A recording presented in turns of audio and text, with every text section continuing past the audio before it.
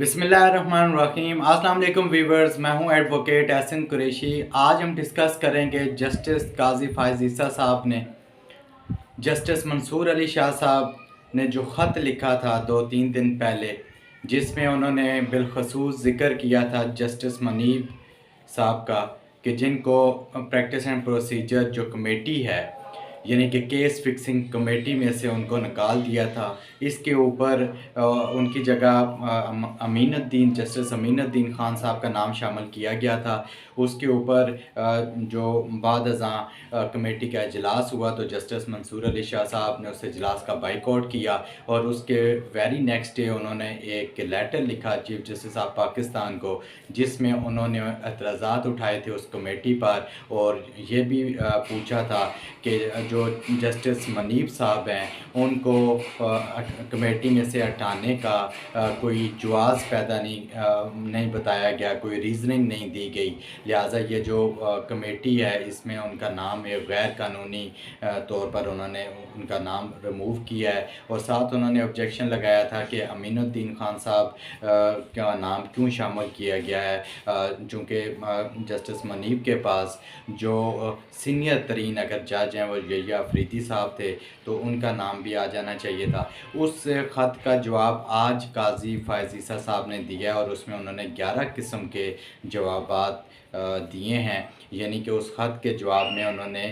11 जवाबात दिए हैं और उस रीज़न्स दिए हैं, यानी कि 11 किस्म के इस्तदलाल पर उन्होंने इन्हिसार किया है। वो कौन से 11 बातें हैं जिन पर उन्होंने इन्हिसार किया है और काजी फायज़ ईसा साहब ने जस्टिस मंसूर अली शाह साहब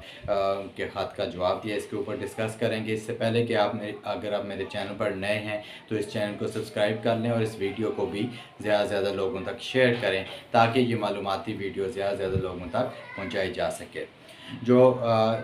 chief justice of Pakistan justice Qazi Faez Isa साहब हैं, उन्होंने जस्टिस मंसूर अली शाह साहब के ख़त के जवाब में जो रीज़निंग थी जस्टिस मनीब साहब को कमेटी में से हटाने की, उन्होंने पहली रीज़न तो ये दी कि जी जनाब जो समर वेकेशंस थी यानी कि गर्मियों की जो छुट्टियां थी, जो 2-2.5 माह की छुट्टियां होती हैं, 2 माह की छुट्टियां होती हैं सुप्रीम कोर्ट में, उस दौरान वो अवेलेबल नहीं थे,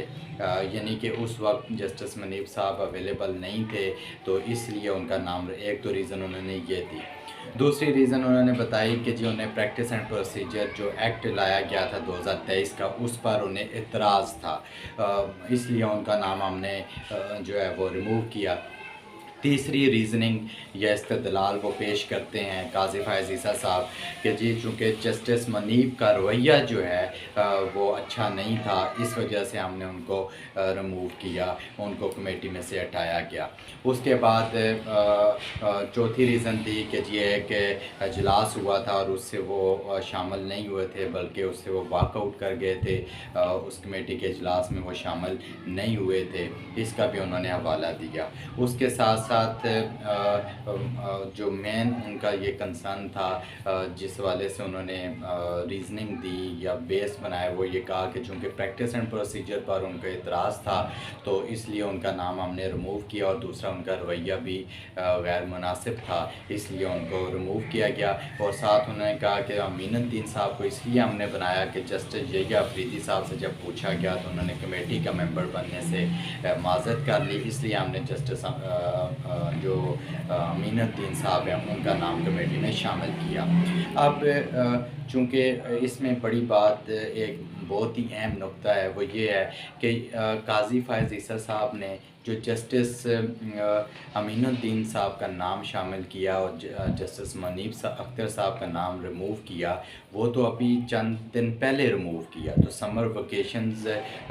तो 2 महीने पहले की बात है, तो उस वक्त अगर उनका नाम शामिल किया गया था तो फिर ऐसी क्या ज़रूरत थी कि अभी तो वो छुट्टियों पर नहीं है, अभी तो वो अवेलेबल हैं, तो अभी उनको पूछे बगैर उनका नाम क्यों रिमूव किया गया? अभी तो उन्होंने उससे माज़रत नहीं की, अभी तो वो अवेलेबल हैं। तो ये तो अगर होता तो 2 माह पहले अगर उनका नाम कमेटी से रिमूव कर दिया जाता तो शायद लोग उसको शक की नज़र से ना देखते। अभी जब आर्टिकल 63A کی دوبارہ تشریح کے حوالے سے بینچ کانسٹیٹیوٹ کرنا تھا، یا